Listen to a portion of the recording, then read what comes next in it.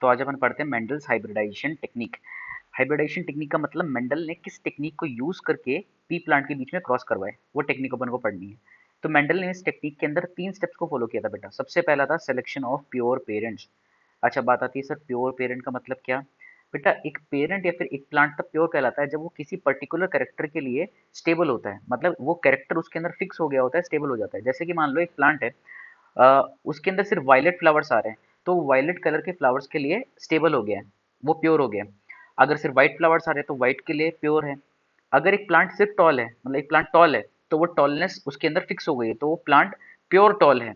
अगर एक plant dwarf है और वो आगे भी ड्वार्फ प्लांट ही प्रोड्यूस कर रहा है, तो मतलब वो ड्वार्फनेस उसके अंदर फिक्स हो गई, तो वो प्योर ड्वार्फ है। ठीक है, तो एक कैरेक्टर जो फिक्स हो जाता है किसी प्लांट के अंदर, तो वो उस कैरेक्टर के लिए प्लांट प्योर हो जाता है। ठीक है, अब ये प्योर पेरेंट्स बनाते कैसे हैं, देखो एग्जांपल लेते हैं। मेरे को टॉल पेरेंट बनाना है, ठीक है, मतलब मेरे को प्योर टॉल पेरेंट बनाना है, तो मैं क्या करूंगा, 2 टॉल प्लांट्स लूंगा। ठीक है, चलो यहाँ पे लेते हैं, ये मैंने 2 टॉल प्लांट्स लिए। अच्छा, मेरे को ये नहीं पता कि इनका जीनोटाइप क्या है। टॉलनेस के लिए कैपिटल टी भी जिम्मेदार होता है और कैपिटल टी स्मॉल टी भी, कुछ भी हो सकता है, अभी मेरे को पता नहीं है ना। तो बस मैंने तो उनका क्रॉस करा दिया, क्रॉस कराया तो मैंने देखा कि जनरेशन के अंदर कुछ टॉल प्लांट्स है, कुछ ड्वार्फ प्लांट्स है। अब मैंने क्या किया, इन ड्वार्फ प्लांट्स को एलिमिनेट कर दिया, टॉल प्लांट्स के बीच में सेल्फिंग कराई। जब मैंने सेल्फिंग कराई तो देखा कि वापस से कुछ टॉल प्लांट्स है, कुछ ड्वार्फ प्लांट्स है, लेकिन इस बार ड्वार्फ प्लांट्स का नंबर थोड़ा कम था। मैंने वापस से ड्वार्फ को एलिमिनेट किया, टॉल टॉल प्लांट्स में सेल्फिंग करवाई। सिमिलर चीज नेक्स्ट जनरेशन में मिली, अब की बार ड्वार्फ प्लांट्स का नंबर और कम हो गया।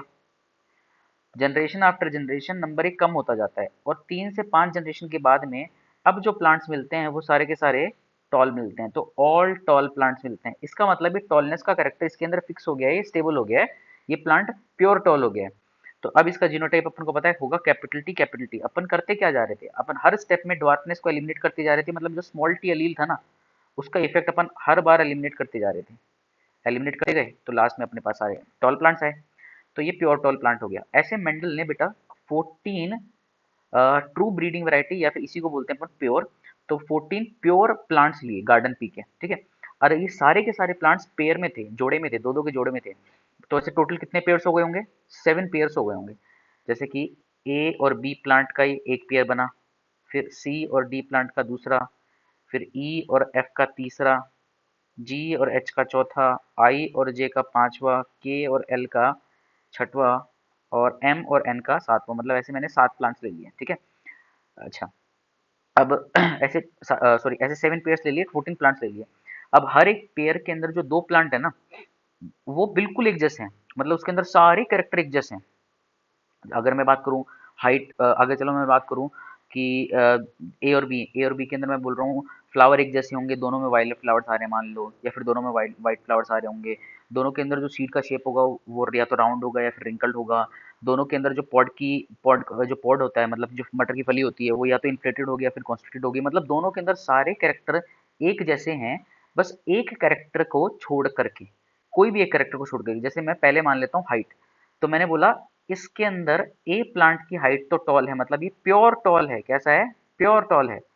और जो बी प्लांट है वो प्योर डॉर्फ प्लांट है, बाकी सारे कैरेक्टर सिमिलर हैं इन दोनों को छोड़ करके। इसीलिए आपकी एनसीईआरटी लिखती है कि उसने Mendel selected 14 true breeding plant varieties of garden pea as pairs, जो पेयर्स में थे, except for one character with contrasting traits, कि सारे कैरेक्टर एक जैसे थे दोनों के अंदर। पेयर के अंदर जो 2 प्लांट्स थे उनके अंदर सिर्फ एक कैरेक्टर को छोड़ करके, एक कैरेक्टर के 2 कॉन्ट्रास्टिंग ट्रेड को छोड़ करके, जैसे यहाँ पर हाइट के 2 कॉन्ट्रास्टिंग ट्रेड टॉल और ड्वार्फ को छोड़ करके बाकी सारे कैरेक्टर एक जैसे हैं ए और बी के अंदर। सी और डी के अंदर बाकी सारे कैरेक्टर एक जैसे होंगे, जैसे मान लो सी और डी दोनों टॉल प्लांट्स होंगे या फिर दोनों ड्वार्फ होंगे, है ना। एक कैरेक्टर अलग होगा, जैसे मान लिया मैंने ये राउंड सीड बना रहा है और ये रिंकल सीड बना रहा है। तो ये राउंड सीड, तो जो सी है वो राउंड सीड के लिए प्योर है, डी रिंकल सीड के लिए प्योर है। उसी तरह से जो ई है, मान लो इसके अंदर सिर्फ व्हाइट फ्लावर्स आ रहे हैं, तो ये व्हाइट फ्लावर्स के लिए प्योर है। और जो एफ है मान लो वो वायलेट फ्लावर के लिए प्योर है। समझ गए? तो उन्होंने इस तरह से 14 ट्रू ब्रीडिंग प्लांट वेराइटीज या फिर 14 ट्रू प्योर पेरेंट्स बनाए। ठीक है, अब सेकंड स्टेप में इनके बीच में उन्होंने क्रॉस कराया, मतलब हाइब्रिडाइजेशन कराया। तो hybridisation between pure parents, hybridisation कराने के लिए 5 स्टेप्स चलाने पड़ते हैं, फिर 5 वो होते हैं, तरीके होते हैं, 5 स्टेप्स होते हैं, इमैस्कुलेशन, बैगिंग, टैगिंग, डस्टिंग और कलेक्शन ऑफ सीड्स। एक एक करके सबको समझते हैं। पहले बात करते हैं इमैस्कुलेशन। इमैस्कुलेशन का मतलब क्या होता है? इमैस्कुलेशन का मतलब होता है removal of anther from bisexual flower before maturity. देखो, एक प्लांट है, हमें पता है पी का प्लांट बाइसेक्सुअल प्लांट होता है, मतलब इसके अंदर स्टेमन भी होता है और उसमें कार्पल भी होता है। तो अब अपन मैच्योर होने से पहले, मैच्योर होने का मतलब स्टेमन मैच्योर होने से पहले, स्टेमन का मैच्योर होने का मतलब होता है उसके अंदर जो पोलन ग्रेन्स है वो बने नहीं है अभी तक, ठीक है, अभी तक मैच्योर नहीं हुआ है। उससे पहले अगर मैं एंथर को कट कर दूं, ये देखो कैंची की हेल्प से मैंने इस तरह से एंथर को कट कर दिया, तो इस स्टेप को बोलते हैं अपन इमैस्कुलेशन। तो ये हो गया ए वाला, इसे बोलेंगे अपन इमैस्कुलेशन। अच्छा, इमैस्कुलेशन करने से हुआ क्या कि यहाँ से एंथर रिमूव हो गया। अच्छा, अब एंथर रिमूव हो गया मतलब इस फ्लावर का पोलन ग्रेन के इस प्लांट के स्टिग्मा पे लैंड कर सकता है? नहीं, पॉसिबिलिटी नहीं है। मतलब क्या अब यहाँ पे सेल्फ पोलिनेशन हो पाएगा? पॉसिबल ही नहीं है। तो इससे हुआ क्या, हमने सेल्फ पोलिनेशन को रोक दिया। तो इमेस्कुलेशन कराने का पर्पस क्या होता है? टू प्रिवेंट सेल्फ पोलिनेशन, ये इसका पर्पस है, समझ गए? तो ये अपन ने किया इमेस्कुलेशन, ठीक।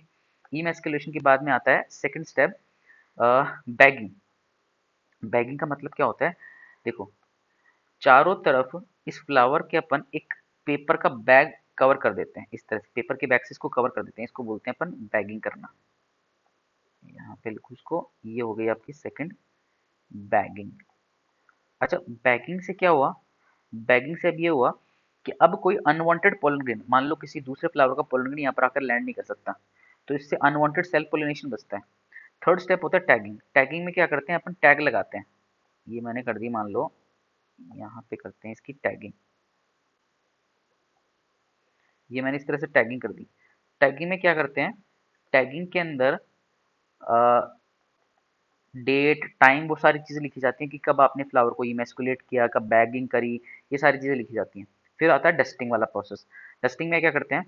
अब अपन को जिस प्लांट के साथ क्रॉस पोलिनेशन कराना था ना, देखो, अपन ने ये वाले प्लांट के अंदर से इमेस्कुलेशन किया, इसमें से एंथर निकाल दिए, तो अब इसके सिर्फ कार्पल बचा, तो इसको अपन फीमेल प्लांट बोल सकते हैं। और जो दूसरा वाला प्लांट अपन ने लिया था, अब उसको अपन मेल फ्लावर बोल सकते हैं, मेल प्लांट बोल सकते हैं।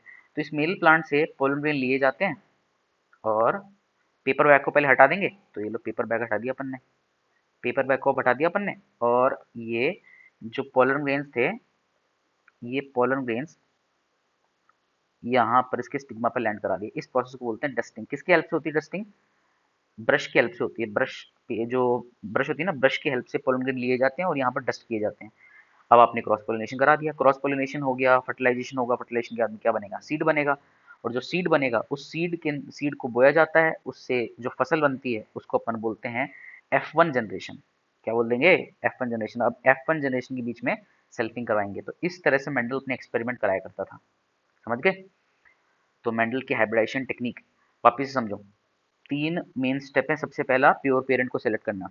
प्योर पेरेंट क्या होते हैं? वो पेरेंट्स जिसके अंदर एक कैरेक्टर स्टेबल हो जाता है, वो प्योर पेरेंट कहलाते हैं, ठीक है। प्योर पेरेंट बनाने के लिए क्या करते हैं अपन? कंटिन्यूअस सेल्फ पोलिनेशन कराते हैं, ठीक है। मेंडल ने कितने प्योर पेरेंट सेलेक्ट किए? 14 प्योर पेरेंट सेलेक्ट किए। अच्छा, सारे पेरेंट क्या पेयर की फॉर्म में थे? तो कितने पेयर्स हुए? 7 पेयर हो गए।